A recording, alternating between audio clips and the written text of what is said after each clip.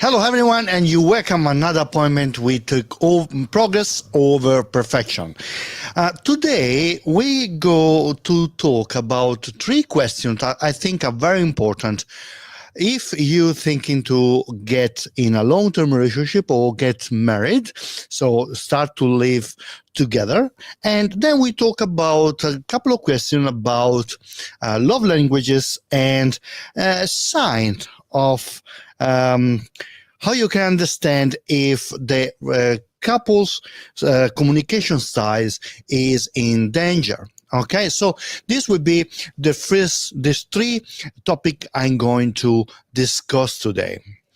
Question number one. What are the conversations that couples should have before to get married or live together? Now, we need to understand this. When couples decide to live together or to get married, there is two ways they can do this. The first one, they're going to, we call the slide in the relationship. What it means slide? Slide means the couple decide to live together for reason like, well, I live with you because I don't have anything else to go, or I come to live with you because it's close to the office. So it's not a decision that you make, but it's something that you do because it's good for you for some reason. So you slide, you don't make the decision to actually get inside the relationship. The second way to get in a relationship or start a relationship, a long-term relationship, is you actually decide to do that. What I mean with that means that you and your partner actually sit and talk about the future of the relationship. Now, the difference between the two styles and how the outcome of these two styles would be very different.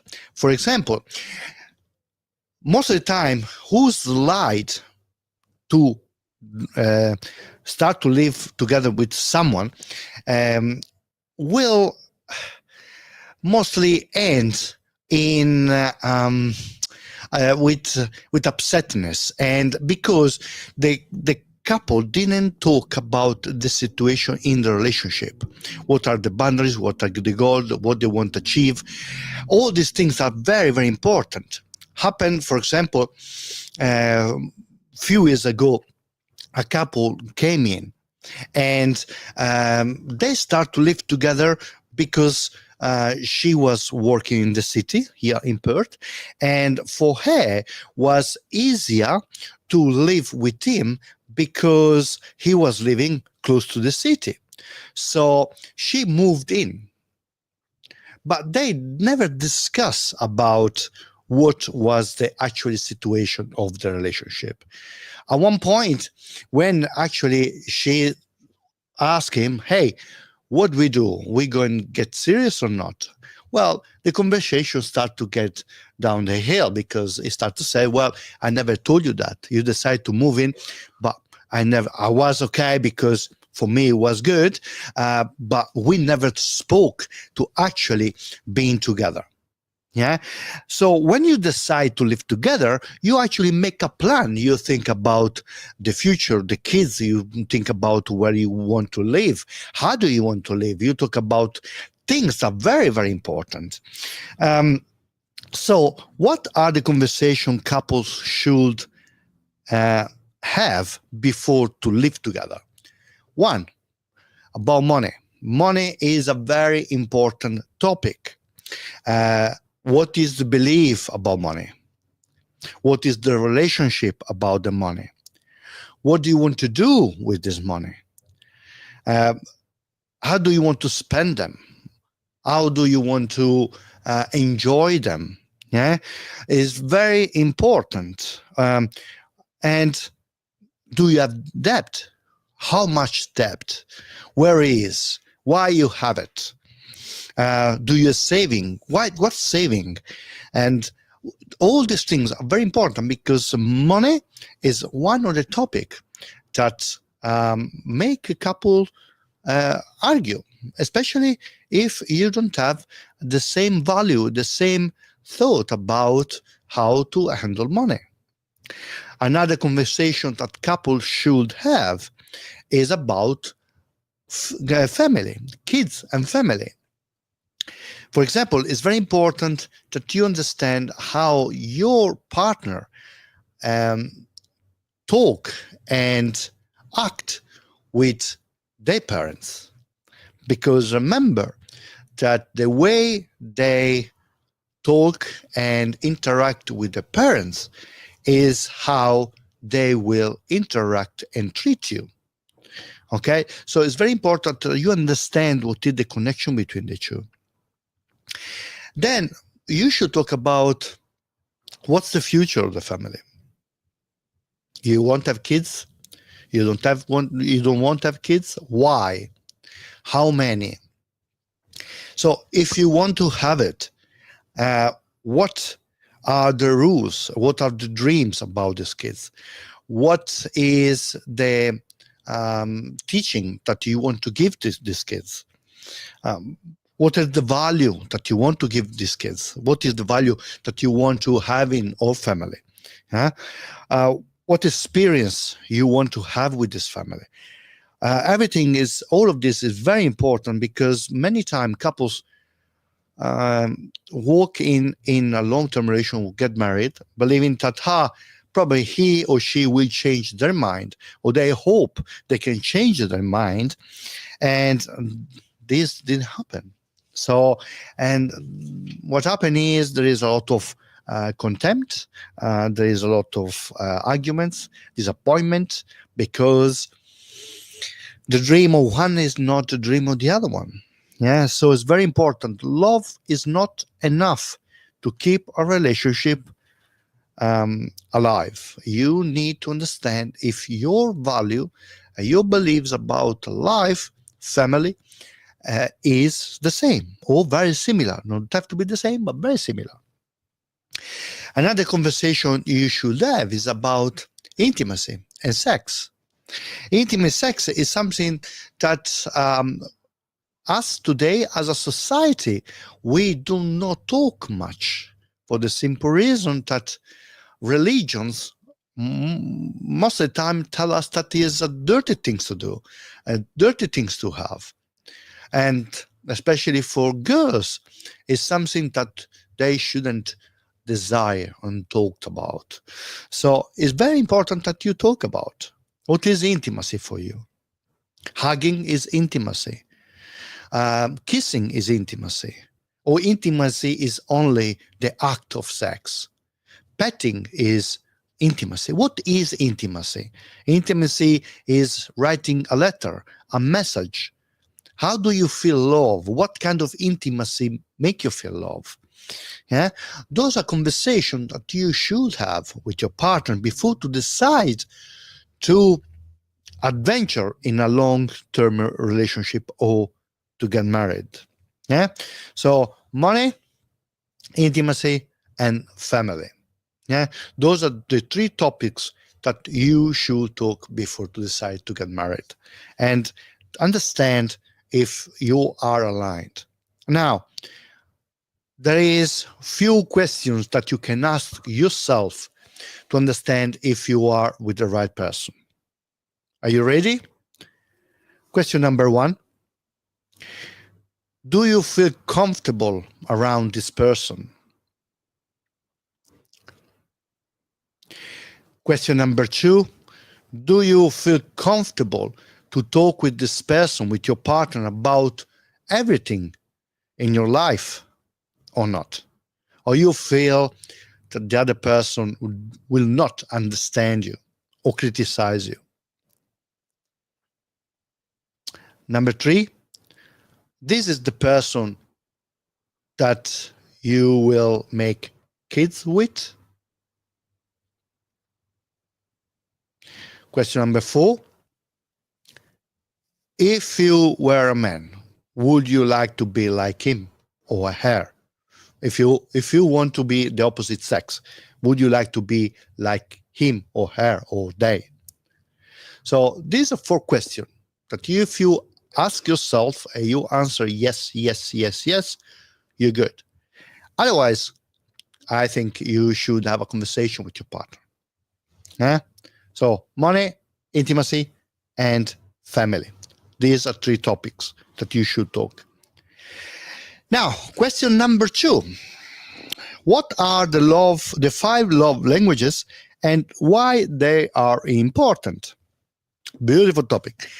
I talked about the 5 love languages all day today, and because it's very important that people understand that we communicate and receive love in different ways. Now, there is 5 type of love languages. These love languages is a theory that was written by Gary Chapman many years ago. There is a beautiful book called The 5 Love Languages of Love, and then he wrote several books about teenager and kids as well. I suggest if you have kids or teenager, you buy it and read it, because the love language change from when your kid is a child to when he is a teenager, and then change again. So it's very important you understand how to handle these changes. Yeah. Now, what are the 5 love languages? The 5 love languages are touch, time, gift, word affirmation, and doing things. Yeah, these are the 5 love languages. What do you mean? With time means that you feel loved when people spend time with you. Yeah, doesn't matter what they give you, doesn't matter what they do, doesn't matter anything, but for you it's very important spending time with them. So they spend time with you. So you go for a walk, you go to the gym, you go to the cinema, you spend time talking. Yeah, time. Number 2, the second love languages is touch. Touch can be hugging, holding hands, stroking your arms, caressing the head. This touch, this connection here, those are touch. Then, of course, there is intimate, more sexual touch, that is hugging in bed and having sex and doing all these things. So the person that speak touch as a love language need want that the partner hug them and be they're close. If you look, when you are at the beginning of your relationship, you talk all these 5 love languages, because you put out there all the things that you can to make your partner feel loved. Yeah. Number 3, gift. Gift is the less understood between the 5, for the simple reason that people believe the gift is about material things. But gift is not a Ferrari. Gift is not buy an helicopter. Gift is you stopping and buy a piece of chocolate for your partner that speak this love language. It's not about big things. Small things often. Small things often. So a chocolate, one day maybe a flower, one day maybe I don't know, a toy or a sex toy or whatever you want. Okay, gifts. Then we have word affirmation. Word affirmation is about complimenting and reassuring the other person. So if my love language is word affirmation, I will enjoy if my partner come to me and say, hey, well done today. I appreciate what you do at home. You very good in what you do. These things, word affirmation. Yeah. For example, if I fix the toilet, hey, well done, you fix the toilet. So we need word affirmation. We need word from people to tell us that we do the right thing.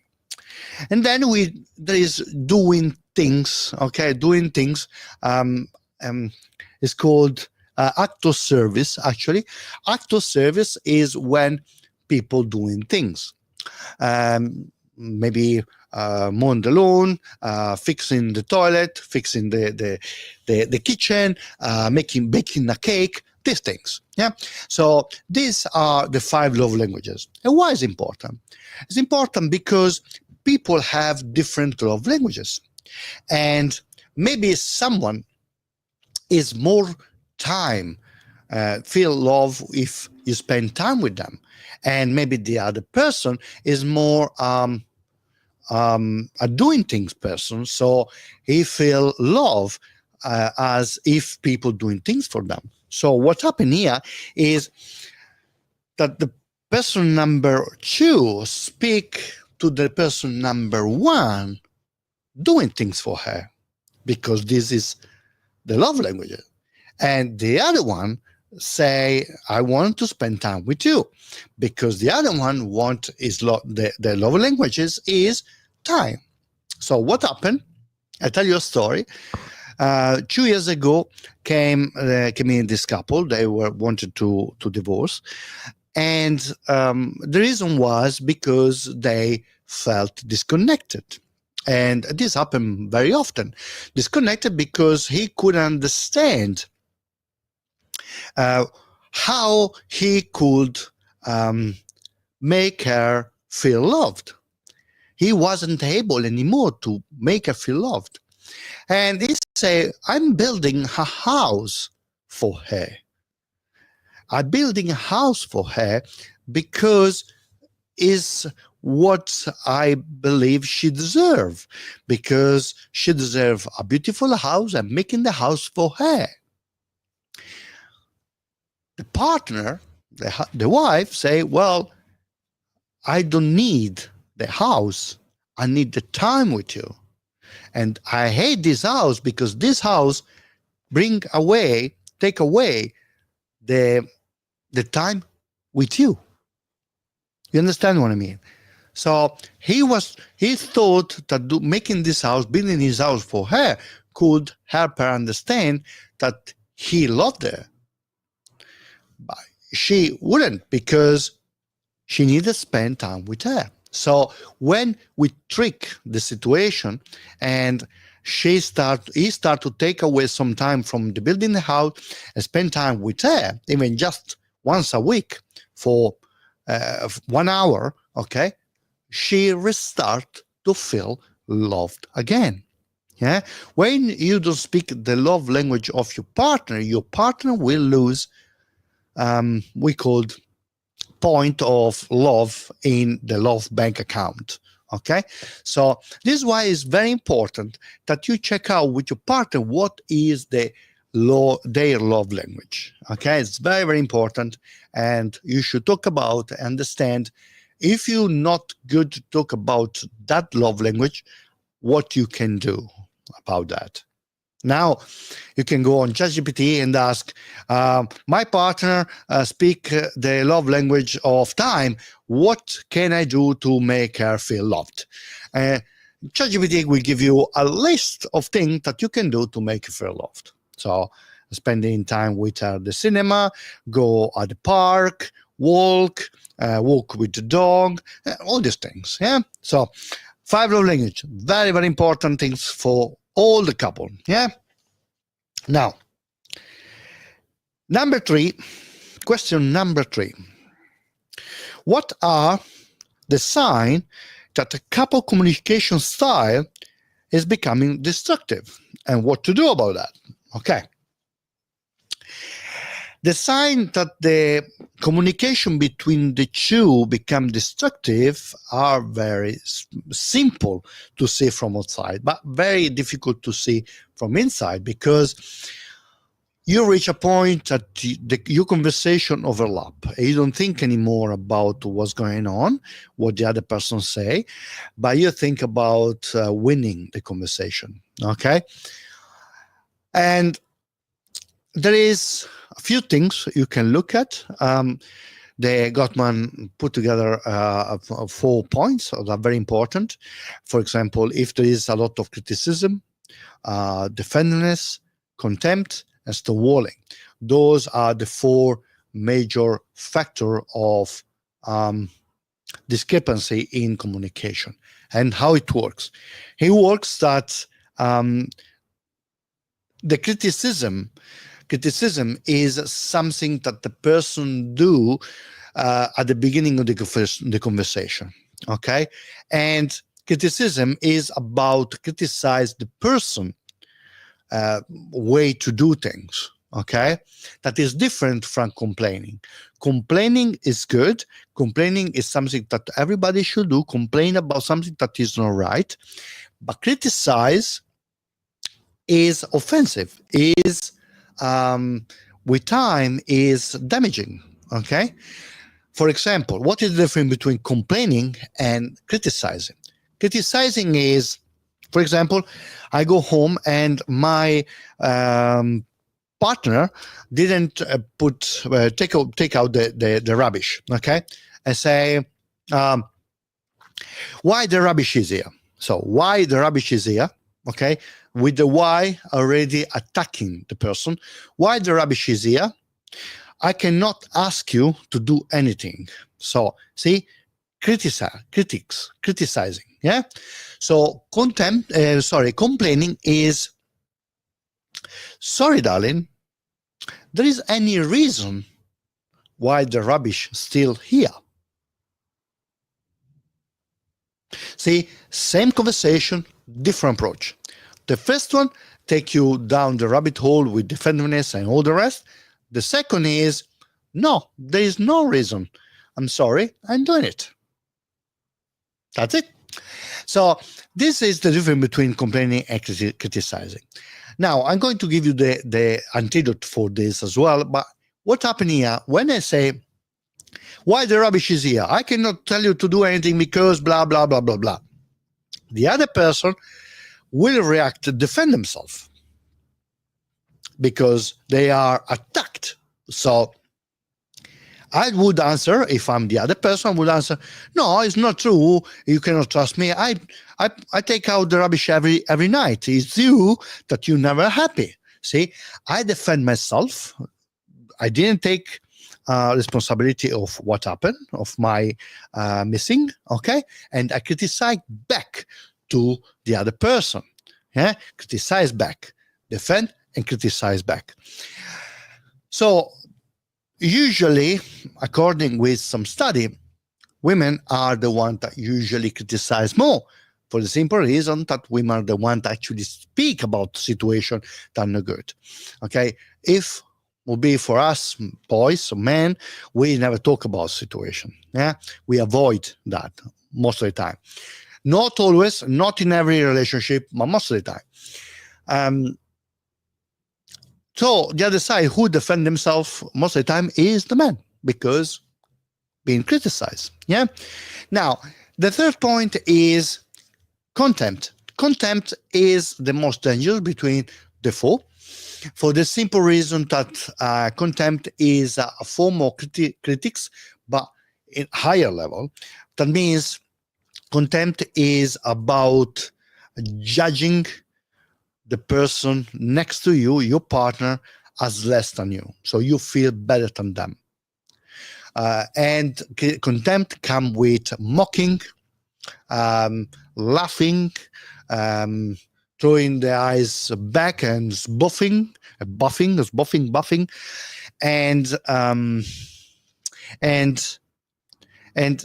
say things like, you can do anything without me, you're so silly, shut up, you don't know what you do, without me you want anything. Those are all contempt, very, very offensive. Okay, and then we have the 4th step, that is stonewalling. Stonewalling is the fact when a couple, they're discussing about things, one of the two becomes so overwhelmed from the argument that they shut down. They actually build a wall between between the two person. They close they arm like this, or maybe they put down their head, and they hope that the other person shut up, stop and shut up, and they want to just walk away. As soon the other person finish to say what they say, the one that's the wall walk away. Usually, who's the wall is man. I think is 70% against 30. Okay, and this is what happens. So, for example, I give you the conversation all together. How is it? Yeah. So criticizing. Why the rubbish is here? I cannot ask you to do anything. Okay. The other one will say, no, it's not true. I take out the rubbish every single day. It's you that you're never happy. And a contempt. You're so much defend yourself. I cannot let you do anything because you're so useless. You're so silly, you're a prick, stuff like that. And the other person, overwhelmed, shut up and sbuff and walk away. So you have a full-on conversation that has been killed. So this kills the relationship. Yeah. So what you can do? Criticism, number one. Instead to criticize, you should have a gentle way to start the conversation. So we called gentle startup. So you gently ask things to your partner. For example, about the rubbish, instead to say, why the rubbish still here? Why the rubbish still here? You say, as I said before, darling, what happened? The rubbish is here. Can you please take it out? Yeah, simple. The other side, defensiveness, you're going to get away of defensiveness with taking responsibility of what happened. So in this case, responsibility is, yes, you're right. I've been busy. I'll do so away. I'm sorry. The conversation is finished there. There is nothing else you have to say. Yes, and then you do it. Yeah? So the conversation is finished there. So, and what about contempt? That is most dangerous things. Contempt, you fix contempt talking about and appreciate your partner. Remembering how good is your partner, why you get together, what are the good things about your partner. She or he is good with the kids, is very, you like the characters, is a good cook, have good value, have a good humor, you like is sexy, I like the way they walk. So all these things. Remembering why you are together. Yeah. Appreciation. Let contempt out from your relationship. And stonewalling is taking time, stepping back, taking time, breathe, and come back. This is what it means with that. I suggest people that are in a gridlock, in a conversation, they cannot find a compromise. They should step back and tell to each other, hey, I feel overwhelmed. I'm start to say things I don't want to say. I would like to do something else, and then we come back and we talk. So you're going to do something else. Usually men takes a bit longer than women to calm down, okay?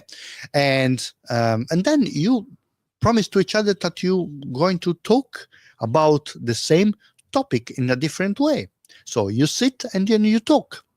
You never argue standing. Never argue standing. You arguing, you discussing, sit. Yeah, sit. Why? For the simple reason that usually people that stand are people that are ready for the fight. When you want to fight, you stand. You do not sit. Yeah. Then what are other signs? Other signs that your communication style becomes destructive is silence. Silence. Or you find that your communication do not reach the other person. Yeah. There's also criticism. Again, criticism. There's no openness on discussing about situation. Yeah. There's also screaming and yelling. Yeah. These are, you're not able anymore to sit and talk. You feel that you walking on eggshell. Yeah. This is another thing that can help you understand if your conversation style need work. If you not understand each other, you don't know what's going on the other side. You're not understanding more why your partner is doing what he's doing, and what is changed for them. Yeah, those are the things that you should look. Yeah. Well, I think we are at the end of this podcast for today. Yeah. As I want to tell to everybody, guys, love is relationship are not that difficult. What make difficult relationship are the people. We complicate everything. Okay. If you feel stuck in your relationship and you feel that you need some help, and you want to understand what to do, how to do it, or you are ready to go to live with your partner, but you want to make sure you're going to do the right things, reach out. You can find myself on maurodaviddi.com, maurodividi.com, or you can call here in Edge Radio. Aaron will give you my number, my contact. But please, before to throw in the bin your relationship that you work so hard to build, think about. Maybe it's better that you can find a way to understand each other, and then you decide what to do. Okay? See you next time.